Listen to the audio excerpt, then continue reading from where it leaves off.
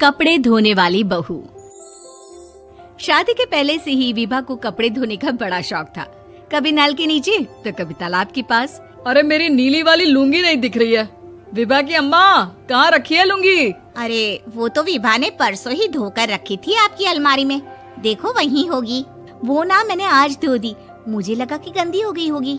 अरे कैसे गंदी हो गई थी? उसे तो मैंने पहना भी नहीं। हे भगवान, इस लड़की के कपड़े धोने की आदत से परेशान हो गया हूँ मैं।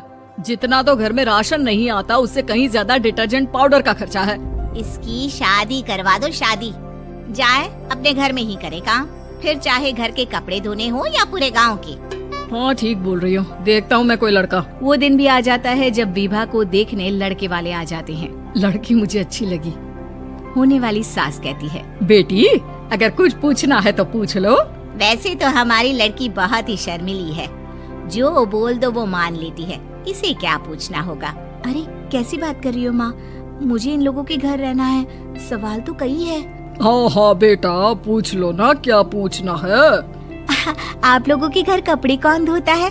सास का मुंह बन जाता है। देखो, अगर तुम ये कहना चाहती हो कि तुम्हें कपड़े धोने नहीं आते तो सुन लो, कपड़े मैं ही धोती हूँ, लेकिन तुम्हारे आ जाने के बाद मैं रुमाल तक नहीं धोऊंगी। अरे चुप रहना भाग्यवान, बहू बेचारी घर आई नहीं, उसे डराना शुरू कर दिया।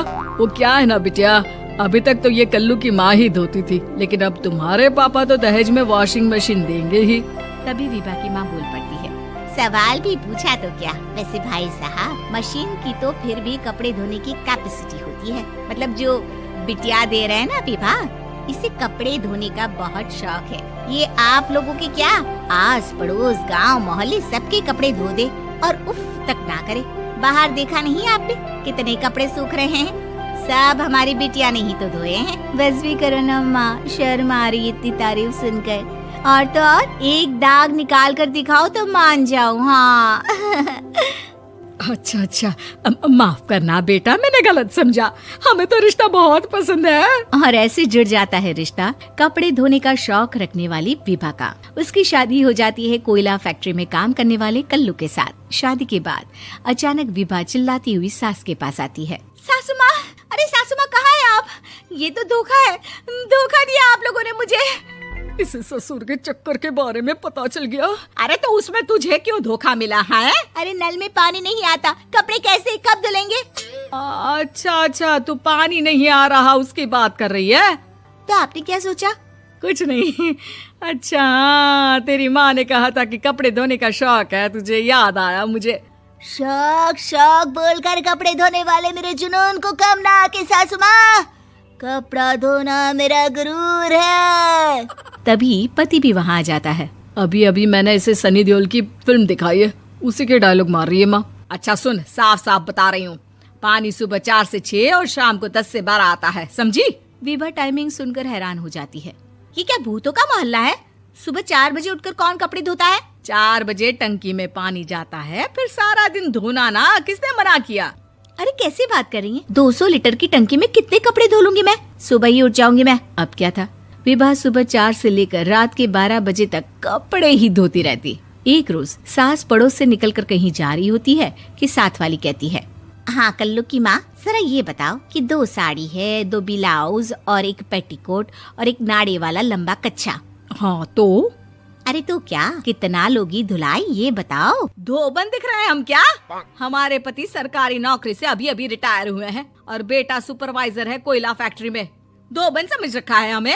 हाय रे कल्लू की अम्मा, माफ कर दो, वो तो मोहल्ले में यही सब बता रहे थे कि तुमने बहू को कपड़ा धुलवाने के काम में लगा दिया है। सास को पड़ोसन की बात सुनकर गुस्सा आ जाता है। वो घर पहुंचती है जहां घर के बाहर ही इतने सारे कपड़े सूख रहे होते हैं जितने कि किसी धोबन के घर पर। अरे ओ कल्लू की दुल्हन, बाहर निकल।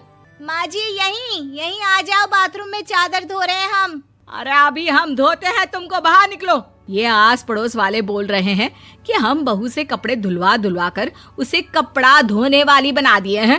अरे छोड़ो ना माँ जी, किन लोगों की बातों में आती हो? आस पास के लोगों का तो काम ही होता है कि वो किसी तरह सास बहू को लड़ा दे। बहू सारे घर के कपड़े धोती है, ये क्या कम है? बोलिए। सास को भी लग जाता है कि वो बहू का ये सनकीपन नहीं छुड़वा सकती, इससे अच्छा है कि खुद ही चुप हो जाए।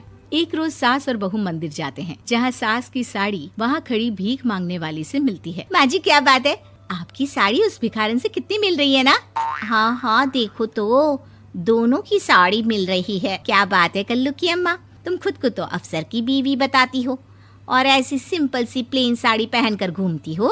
सिंपल और प्लेन नहीं है ये साड़ी। तो क्या सोने के धागे से फूल बने हैं? कुछ भी सासू माँ, कुछ भी। हाँ बने थे इस साड़ी में सोने के धागे से फूल। मेरे पति लेकर आए थे मद्रास से स्पेशली मेरे लिए 10,000 की। ताहे भाई साहब इस भिखारन के लिए भी सेम टू सेम साड़ी लेकर आए होंगे 10,000 की। सास उस वक्त तो कुछ नहीं कहती, लेकिन बहू के साथ घर आती है और अलमारी से एल्बम निकाल कर लाती है। ये साड़ी देख रही है, ये वही साड़ी है जिसे मैंने अभी पहना था। इस साड़ी में ये जो चमकदार फूल दिख रहे हैं ना, ये सोने के धागों से काढ़े गए हैं। लेकिन तू लोकल वॉशिंग मशीन ब्रश से घिस घिस कर सारे फूलों को निकाल कर साड़ी प्लेन कर दी। मुझे माफ कर दीजिए सासू माँ। और तो और, जब मैंने तुझे तेरी गलती के लिए कुछ नहीं कहा, लेकिन तूने तो सबके सामने मेरा मजाक ही बना दिया। क्यों? बहू को समझ में आ जाता है कि अब से उसका कपड़े धोना बंद।